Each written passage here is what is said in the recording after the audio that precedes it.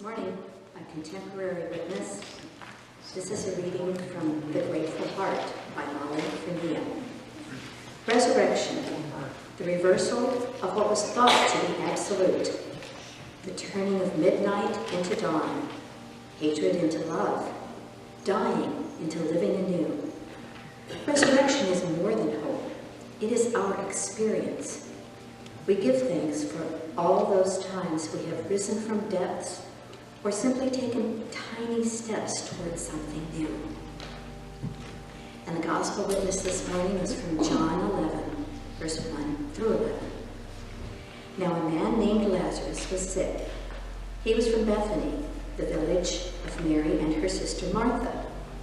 This Mary, whose brother Lazarus now lay sick, was the same one who poured perfume on Jesus and wiped his feet with her hair. So the sisters sent word to Jesus, "Sovereign, the one you love is sick." Now Jesus loved Martha, Mary, and Lazarus. So when he heard that Lazarus was sick, he stayed where he was 2 more days, and then he said to his disciples, "Let us go back to Judea." "But Rabbi," they said, "a short while ago the Jews there tried to stone you, and yet you're going back?" Jesus answered, "Are there not 12 hours of daylight? Anyone who walks in the daylight will not stumble, for they see by the world's light. It is when a person walks at night that they stumble, for they have no light." After he said this, he went on to tell them, "Our friend Lazarus has fallen asleep, but I am going there to wake him up." Let the church hear what the Spirit says to us today. Thanks be to God. Many scripture readings in the liturgy during the year that sermons spring to mind when I'm called up the night before on Sunday saying, "You got it." But the most difficult passage of all I've ever dealt with is this story of Lazarus. And if you piece together all the different gospel accounts the scholars have put together, it becomes a puzzle. Jesus is told about Lazarus, and John connects Lazarus to Mary and Martha. The other accounts make him an individual not connected to that family. The question is, was he or wasn't he? And as we understand Scripture, none of these had first-hand account. When they wrote it down, it was passed on. And you and I know that even in our own families, stories get embellished, changed. And by the time they get written down, it's sometimes a little remote from reality. If you piece all 3 of them together, here's the puzzle. Jesus has actually told Lazarus isn't sick. He's told Lazarus is dying. And his disciples say, "Then go." And Jesus says, "No, I'm going to wait 3 days."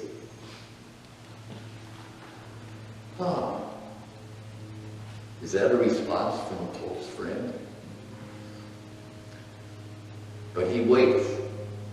Now, scholars suggest the reason for the 3-day waiting is because in Jewish theological understanding of that time,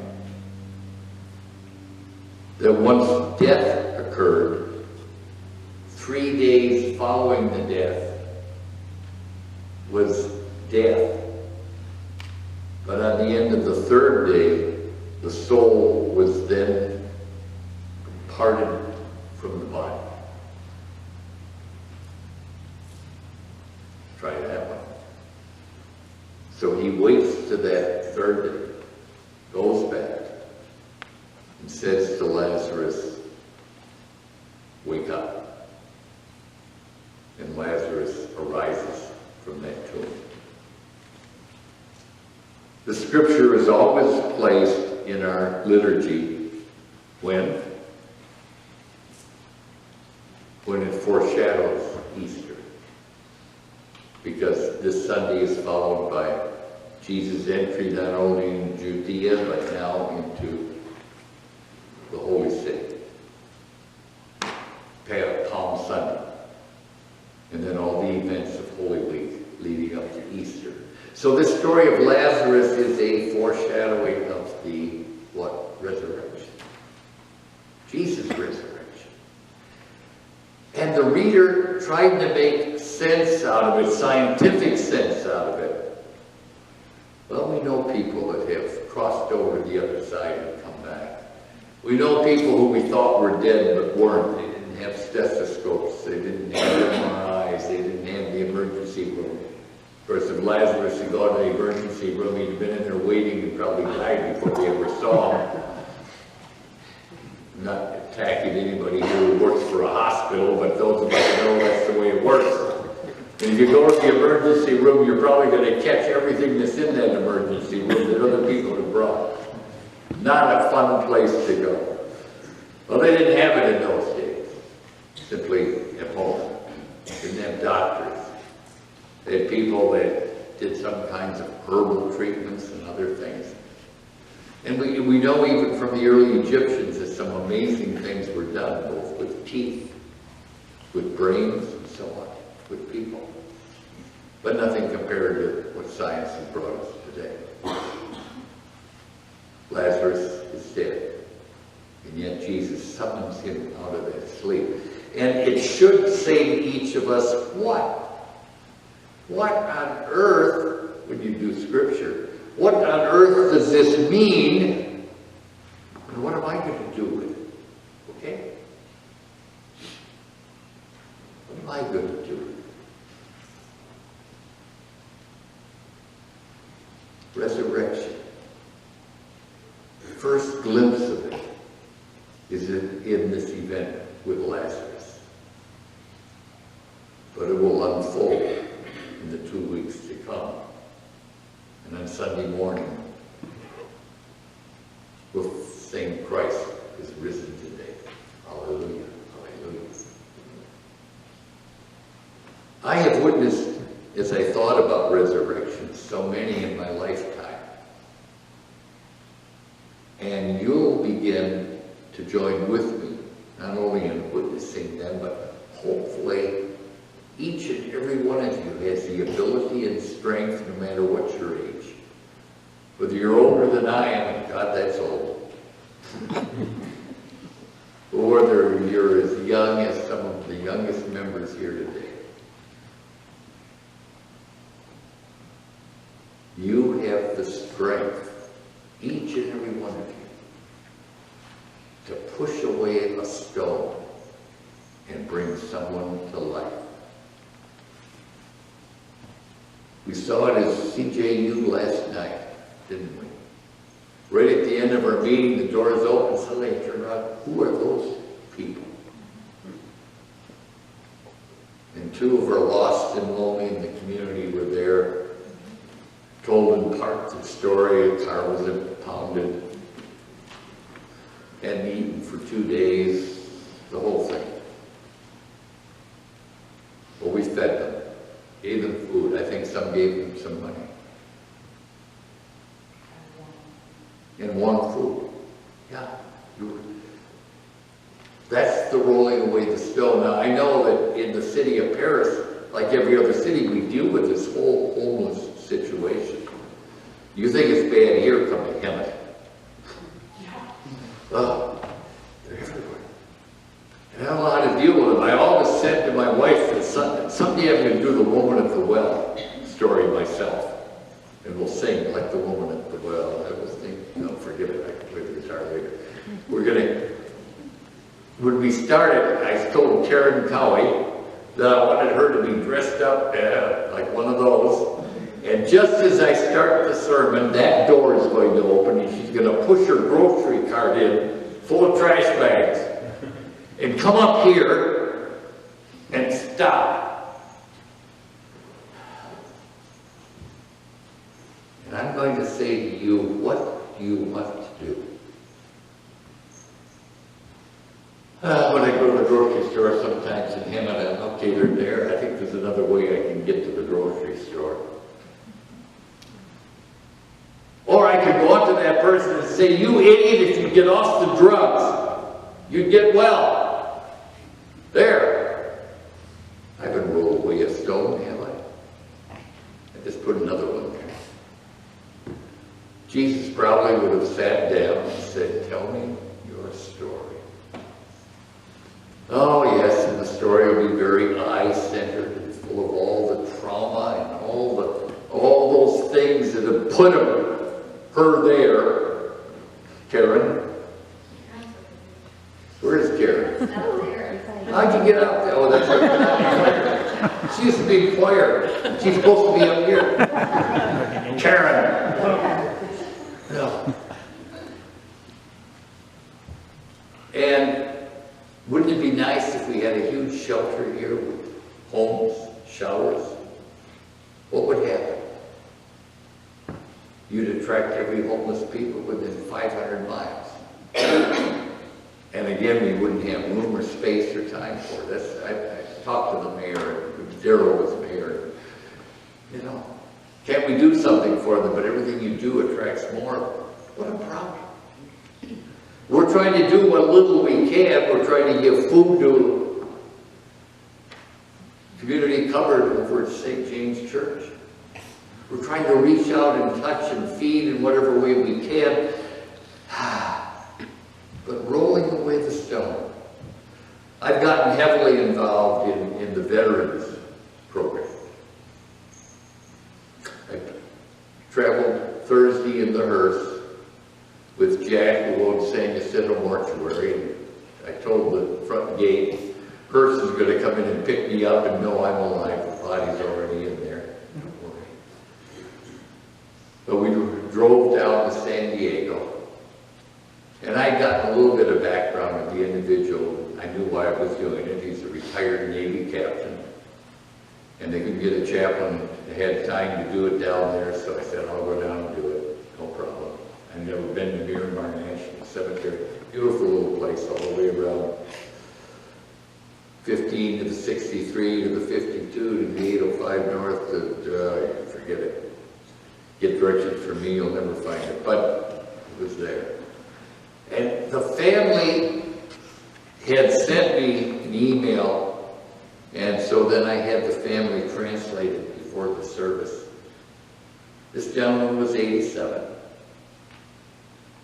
He graduated from college in New York in 1951, but before he could join the Navy, which he wanted to do and get a commission, he was drafted by an eager draft board into the Army. He went with his unit. They were in the Chosin Reservoir with the Marines. They were overrun. He was with a company of 22 men. They were hit with mortars. He was the only one left alive underneath the bodies of the others. And he realized from his knowledge that he had to crawl under those bodies and play dead, because the Chinese soldiers were going to come and bayonet everybody to make sure he was dead. And when all was cleared, it was dark, he crawled out underneath that, found his own front lines, survived that. Got out of the war, eventually joined the Navy, became Navy intelligence research scientist. He worked for the Dr. Schimmerhurst. What a name. I don't know if I'd ever worked with Dr. Schimmerhurst. And they developed the cold laser light. First it was a stick you broke and it gave you light. And now it's the thing that when you go to a grocery store, it goes, put your stuff over that machine and it reads the barcode. I said, wow, did you patent that? Are you rich? He said, that was a naval research lab. We were working for the government. So he and Dr. Schimmerhurst developed for the U.S. government. And there's all kinds of uses of that. But I asked his family the key question. How did he deal with 1952? And The family said he had nightmares every night. They never left him. And the only thing that separated him from the people on the pile was that somehow he had had enough in his background to lift himself up and go in a different direction. But the nightmares never left him. The Sheriff's Department tells me that when they go to the homeless encampments on the veterans' recovery behalf, they go to the encampments and they say, all of you who served in the military, raise your hands, and they say normally it's about 40%. How many of you would like to get help? Get off your problem and find something different in life.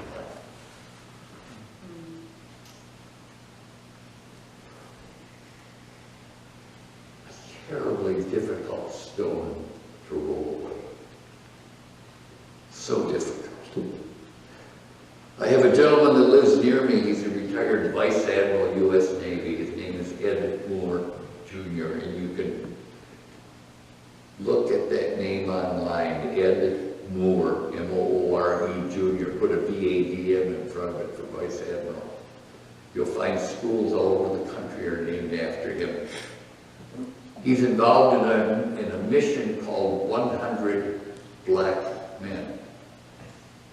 And that mission is to get, yes, he's African American. That mission is to get men in each community who will get involved in touching the youth, the late elementary, early middle school, and changing their lives before guns and gangs lead them in a different direction. They're stone rollers, aren't they? They're resurrection people. I go to the schools and a number of the church have done this with me. We've done scholarship interviews. We've done promotion boards. And when we hear some of the stories that our youth tell us, I'm amazed at what they're able to do. Do you have a father? No, he's in prison. Do you have a mother? No, she left us when we were little kids. We're living with her grandma. She adopted us. But she told us, you're all going to college. You're all going to make a difference. She was the stone mover by taking someone else in, making a difference in their life. I remember interviewing a junior over here at CMI, young African-American cadet, and I said to him, what do you do for community service? And he says, I'm involved in my church. I said, well, what do you do in your church? And he said, every night we go by groups out in the street and talk to those kids that are in the street and try to make a difference. Try to get them involved in something more than what they're involved in. And these are stone rollers. Pushing it away. Opening a door. This Saturday we're going to, we don't need help unless you're expert carpenters, but we're going over as a Rotary Club just to be involved in it. And the Ombina family is going to join me because they are Rotarians. They don't belong to our club, they belong to a Rotaract group, and Nazarenos too, aren't they? In the Philippines. And they've done Habitat for Humanity. How many know what Habitat for Humanity is? Yeah. We've got a whole bunch of homes in that side of Paris. And we're going over Saturday morning at 8 o'clock to push up the walls on 2 more homes. Habitat for Humanity. They want us all there for the symbolic raising, and then if you don't know what you're doing, get the heck out of the way. I'll be first to leave. Something falls if I hit. But that involvement, that changing kind of thing. President, who was it? Started Habitat? Jimmy Carter. Jimmy Carter. Jimmy Carter. And they're still pushing, they're making resurrection real. And I could go on with all the different things, but we're going to have communion today. And I hope that when you take communion, you say, Lord, make me a resurrection person. You don't have to look far to find someone whose life you will affect. It was in 1976. 2 Sundays before Easter. I was on the USS Forrestal. Command chaplain, Father Frank Minchall was my buddy and partner. We both grew up in Green Bay, and the town adopted us. But anyway, that Sunday we took our kids and we went to St. Peter's for Mass. Now, I'm sorry, it was Saturday. Let me back up. It was Saturday. We went for the papal audience at St. Peter's. And it was John Paul VI, Pope John Paul VI, who was Pope then. And he came around in this little cart in a big square, and there's thousands of people there, and they waved and so on. And there are 137 that were with us from the ship, about a third Catholic, 2/3 Protestant, we were all there. That was terrific. And the audience ended. As we turned to leave, one of the cardinals came up and grabbed myself and said to us,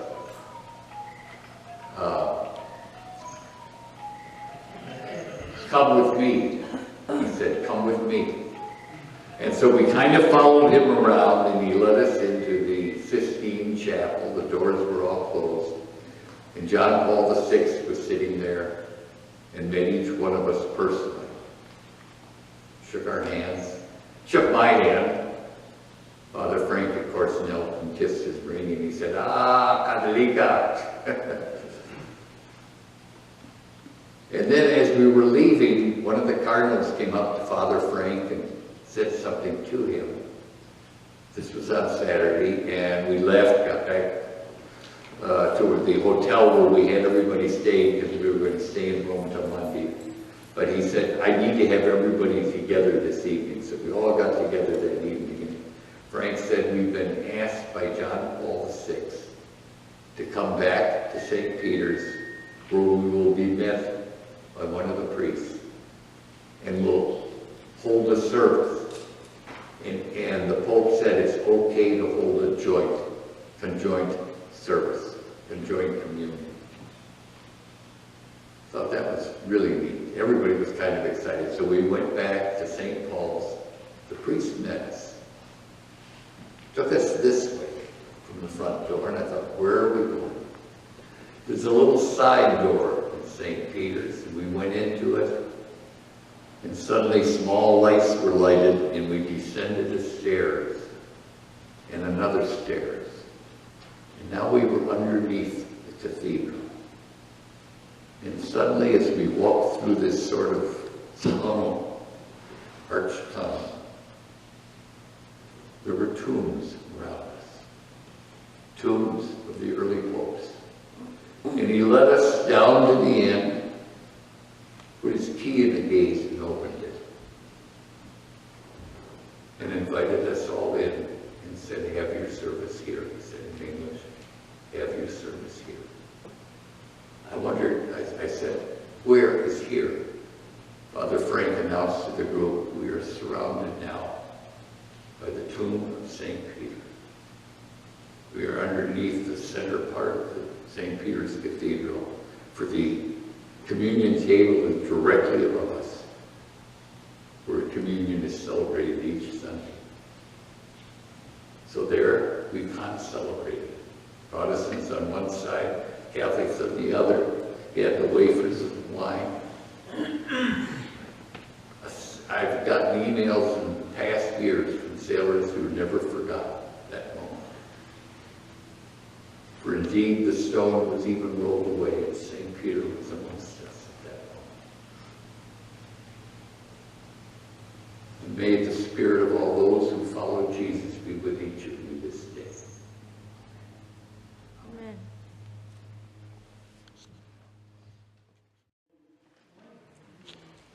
This morning, a contemporary witness. This is a reading from The Grateful Heart by Molly Frenia. Resurrection, the reversal of what was thought to be absolute, the turning of midnight into dawn, hatred into love, dying into living anew. Resurrection is more than hope. It is our experience. We give thanks for all those times we have risen from depths or simply taken tiny steps towards something new. And the gospel witness this morning is from John 11, verse 1 through 11. Now a man named Lazarus was sick. He was from Bethany, the village of Mary and her sister Martha. This Mary, whose brother Lazarus now lay sick, was the same one who poured perfume on Jesus and wiped his feet with her hair. So the sisters sent word to Jesus, "Sovereign, the one you love is sick." Now Jesus loved Martha, Mary, and Lazarus. So when he heard that Lazarus was sick, he stayed where he was 2 more days, and then he said to his disciples, "Let us go back to Judea." "But Rabbi," they said, "a short while ago the Jews there tried to stone you, and yet you're going back?" Jesus answered, "Are there not 12 hours of daylight? Anyone who walks in the daylight will not stumble, for they see by the world's light. It is when a person walks at night that they stumble, for they have no light." After he said this, he went on to tell them, "Our friend Lazarus has fallen asleep, but I am going there to wake him up." Let the church hear what the Spirit says to us today. Thanks be to God.